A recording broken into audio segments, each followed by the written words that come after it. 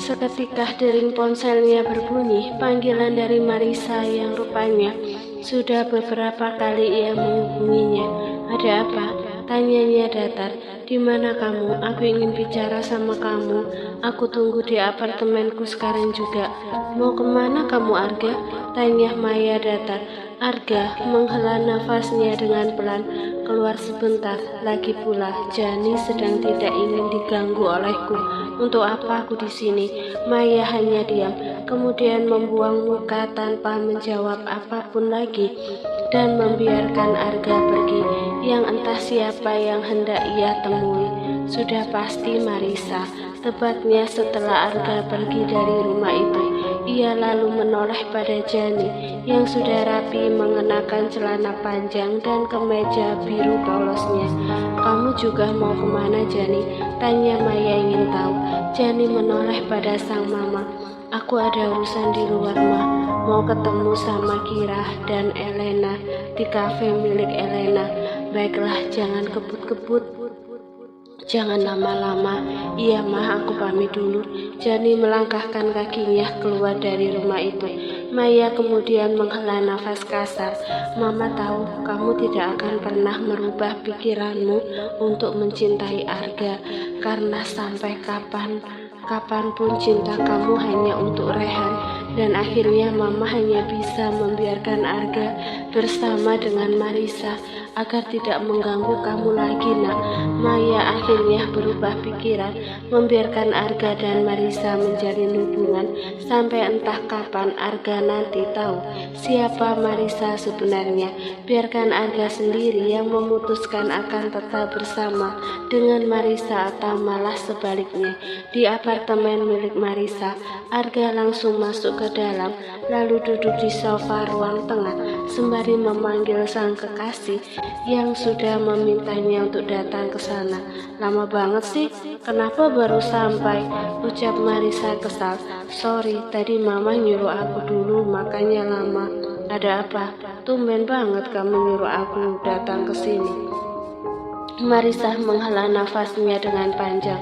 "Kamu kapan nikahin aku, Ga?" Arga menaikkan alisnya sebelah. "Tumben banget kamu nanya begitu sama aku. Ada apa? Hamil?" Marisa menggeleng pelan. "Aku masih pakai kontrasepsi. Mungkin dengan cara itu kamu mau nikahi aku." "Iya." Arga menghela nafasnya dengan panjang. "Enggak, sorry Marisa. Kayaknya hubungan kita harus sampai di sini aja." Marisa lantas membolakkan matanya. "Apa kamu bilang? Aku nyuruh datang kamu ke sini bukan untuk itu." Pekiknya tak terima Arga memutuskan ia begitu saja. "Dengan alasan apa kamu ingin mengakhiri hubungan kita? Aku sudah memberikan semua yang kamu inginkan, dan dengan seenaknya kamu bilang begitu. Tega banget kamu, Arga." Pekiknya lagi. Arga mengusapi belakang kepalanya sembari menatap Marisa yang tengah emosi karena keputusannya. "Karena aku tidak sengaja menghamili Jani." "Apa?" pekik Marisa lagi. Enggak mungkin kamu melakukan itu. Pasti Jani kan yang udah jebak kamu. Mama dan papa kamu juga kan yang ikut andil dalam jebakan itu supaya kamu gak jadi nikahi aku." Marisa berasumsi sendiri, padahal yang munafik dan bejat adalah kekasihnya sendiri. Jani sudah tidak mau, malah terus menyentuhnya hingga membuat Jani hamil. Bukan Marisa, semuanya tidak sengaja dan akhirnya harus seperti ini. Aku ingin fokus pada kehamilan Jan. Kamu mau mati, hah? Enak banget kamu ngomong kayak begitu. Setelah apa yang kamu minta sudah aku berikan. Tidak, sampai kapanpun aku tidak akan mau berpisah dengan kamu, ucapnya dengan suara tingginya. Arga menghela nafas kasar. Ia kemudian beranjak dari duduknya seraya menatap Marisa dengan lekat. "Terserah kamu saja, Marisa. Yang jelas aku sudah memberitahu kamu yang sebenarnya. Aku pulang." "Gak mau," pekiknya sembari menarik tangan lelaki itu dan menatapnya dengan tatapan tajamnya. "Aku akan melenyapkan bayi itu jika itu alasan kamu mengakhiri hubungan kita." Arga melepas kasar tangan Marisa dan menatapnya dengan tatapan lekat. Jangan pernah menyentuhnya sedikit pun. Lagi pula selama ini yang menginginkan semuanya itu kamu. Kamu tahu kan alasan kenapa Mama tidak pernah menyukai kamu? Karena kamu terlalu mudah dirayu, ucapnya kemudian berlalu pergi, meninggalkan Marisa. Brengsek, pekiknya amat marah. Aku gak akan biarkan kamu dan Jani bahagia, pekiknya lagi. Waktu sudah menunjuk angka 5 sore. Jani masih berada di resto bersama dengan kedua sahabatnya. Kenapa nomor Tirta sering sekali tidak aktif? Ucapnya kemudian menghela nafasnya dengan panjang.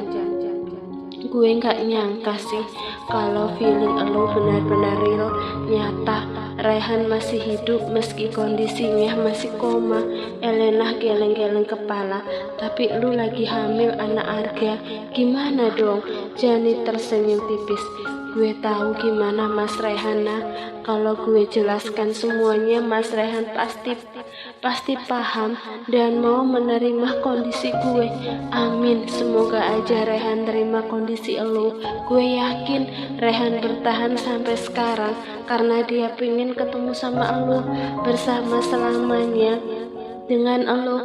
Gue senang lihat elo yang sekarang gak mendung lagi. Elena mengusapi tangan sahabatnya itu. Jani menerbitkan senyumnya. Meski gue belum tahu kapan dia siuman, tapi gue akan tetap menunggunya dan langsung menemuinya jika Tirta sudah tahu di mana Mas Raihan berada. Tirta pasti akan kasih tahu elu di mana Raihan dirawat. Kalau menurut gue sih, setelah Raihan siuman, pamannya pasti akan ngasih tahu di mana Raihan dirawat. Jani mengangguk. Iya, gue juga mikirnya begitu. Padahal gue pingin banget ketemu sama dia sekarang. Seenggaknya gue makin percaya kalau suami gue masih hidup. Jani menundukkan kepalanya, kemudian menghela nafasnya dengan panjang. Gue balik duluan ya, suami udah pulang soalnya. Kira pamit dari sana. Jani menganggukkan kepalanya. Iya, hati-hati. Ia lalu melambaikan tangannya sembari mengulas senyum kepada Kira yang sudah keluar dari resto itu. Lu gak mau balik, Jan? Bukannya Arga udah gak pernah sentuh lu lagi? Tanya Elena. Jani mengangguk. Iya, setelah dapat kabar dari Tirta kalau Mas Raihan masih hidup, rasa ingin cerai gue sama dia makin tinggi. Udah gak sabar pengen pisah dan anak ini lahir. Jani menundukkan kepalanya lalu mengusap perut yang masih rata itu. Kenapa kamu hadir di saat Mama mendapat kabar Mas Raihan masih hidup? Gumamnya kemudian menghela nafasnya dengan panjang. Ia lalu menolehkan kepalanya ke arah ponselnya, melihat Tirta yang menghubunginya dengan cepat. Jani menerima panggilan tersebut. Halo Tirta, tanya Jani antusias. Kamu di mana? Aku lagi di resto temanku, Elena Resto. Ada apa Tirta? Tanyanya ingin tahu. Tirta menghela nafas panjang. Kamu ingin bertemu dengan Raihan kan? Aku jemput sekarang. Jani sudah tidak sabar menunggu Tirta datang menjemputnya.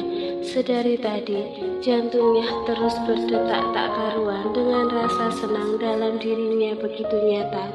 Tak lama setelahnya, Tirta datang dan Jani langsung masuk ke dalam mobilnya bersama dengan lelaki itu. Kamu gak bohongin aku kan? Tanya Jani memastikan jika Tirta tidak menipunya. Lelaki itu terkekeh pelan sembari melajukan mobilnya. Mana mungkin aku membohongimu? Aku hanya kasihan padamu karena selalu menanyakan kabar Raihan. Jani menatap lekat wajah Tirta. Itu artinya kamu sudah tahu di mana Mas Raihan berada selama ini. Tita menghela nafas panjang. Tidak perlu aku jawabkan. Jani tersenyum getir. Ia hanya mengangguk kemudian menatap ke depan, memainkan jarinya dengan rasa yang tak karuan, seolah akan bertemu dengan pria yang baru saja ia temui. Rehan, pria yang selama ini ia yakini masih hidup, dan kini ia akan melihatnya lagi setelah 2 tahun lamanya dianggap telah meninggal dunia. Dan kini Jani akan memastikan jika suaminya itu masih hidup, dia akan memeluknya dan menciumnya, meski raganya belum bisa membalas semua yang akan Jani lakukan padanya. Aku dan Vanessa membujuk Pak Fadli agar mau memberitahu di mana Rehan dirawat, karena aku percaya kamu pasti ingin yang terbaik untuk suami kamu.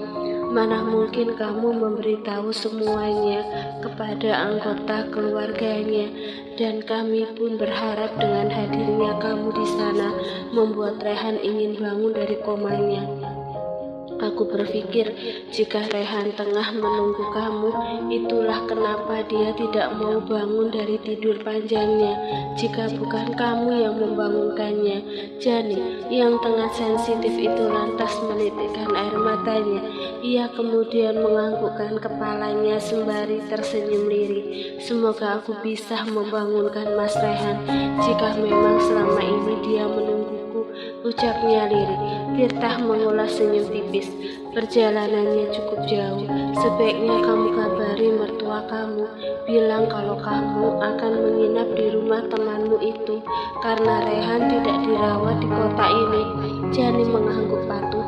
Ia kemudian mengambil ponselnya dan mengirim pesan kepada Maya jika ia tidak akan pulang malam ini. Pesan sudah terkirim. Jani kemudian menghela nafasnya dengan panjang seraya menatap kosong ke depan. 3 jam berlalu, kemudian mereka tiba di rumah sakit tempat di mana Rehan dirawat.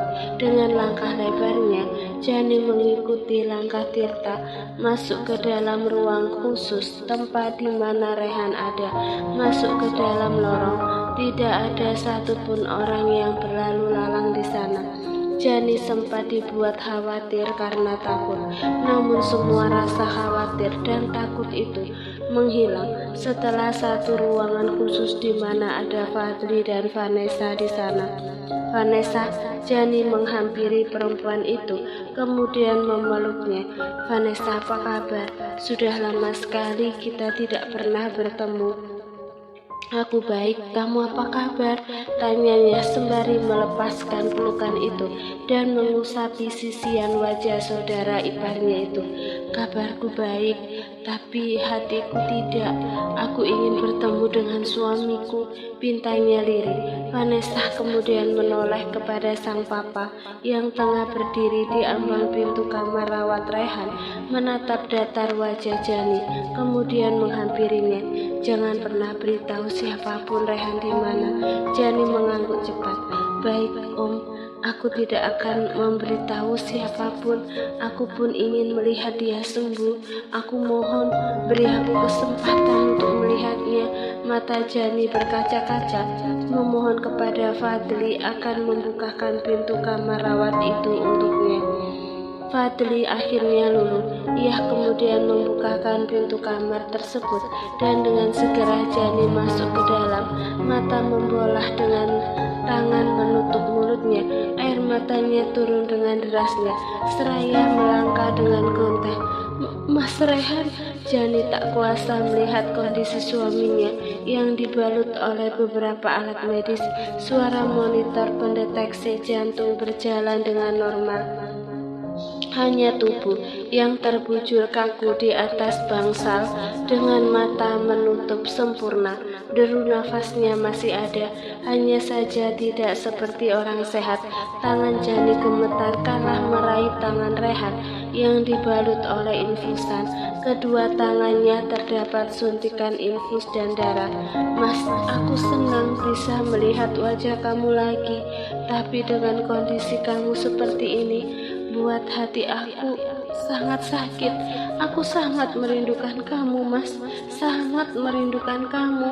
Jani terisak lirih seraya menundukkan kepalanya. 2 tahun penantian yang tidak sia-sia. Ia selalu berasumsi jika suaminya masih hidup. Rupanya memang benar, meski kondisinya tidak seperti yang diinginkan olehnya. Namun, Jani tidak boleh serakah, harus bisa menerima keadaan Rehan apapun itu. Ia kemudian mengusapi sisian wajah suaminya itu dengan lembut, seraya menatapnya lirih. Mas sayangku, buka matamu ya Mas. Aku sudah ada di sini. Aku sangat senang kamu masih hidup dan terima kasih karena ingin bertahan sampai sekarang. Aku di sini Mas. Semoga kamu mau membuka matamu dan melihatku. Jani berucap dengan lembut, kemudian mencium punggung tangan suaminya itu, lalu menidurkan kepalanya di atas punggung tangan itu dengan mata menatap Rehan yang masih enggan untuk membuka matanya. Tirta menepuk pundak Jani kemudian mengulas senyumnya. Rehan pasti mendengar semua suara kamu, Jani. Lihat, air matanya keluar saat kamu bicara dengannya. Jani lantas menolehkan kepalanya dengan cepat ke arah Rehan, dan memang benar, lelaki itu menitikkan air matanya. Mas, lirihnya memanggil nama suaminya itu.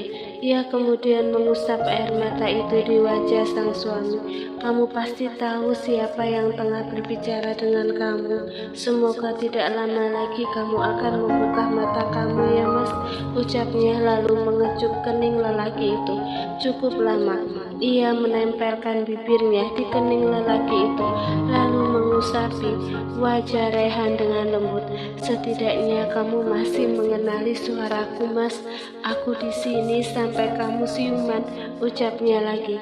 Kamu tidak bisa setiap hari datang ke sini, Jani. Ingat, statusmu sekarang siapa? Kamu harus berpisah dulu dengan Arga jika ingin kembali pada Rehan. Jani menoleh ke arah Fadli sembari mengusap air mata di pipinya. Tapi Om, aku ingin melihat perkembangan Mas Rehan.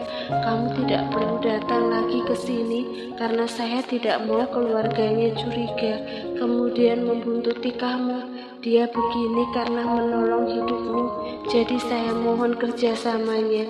Cukup hari ini dan jangan pernah kembali sampai Rehan sembuh. Tapi Om,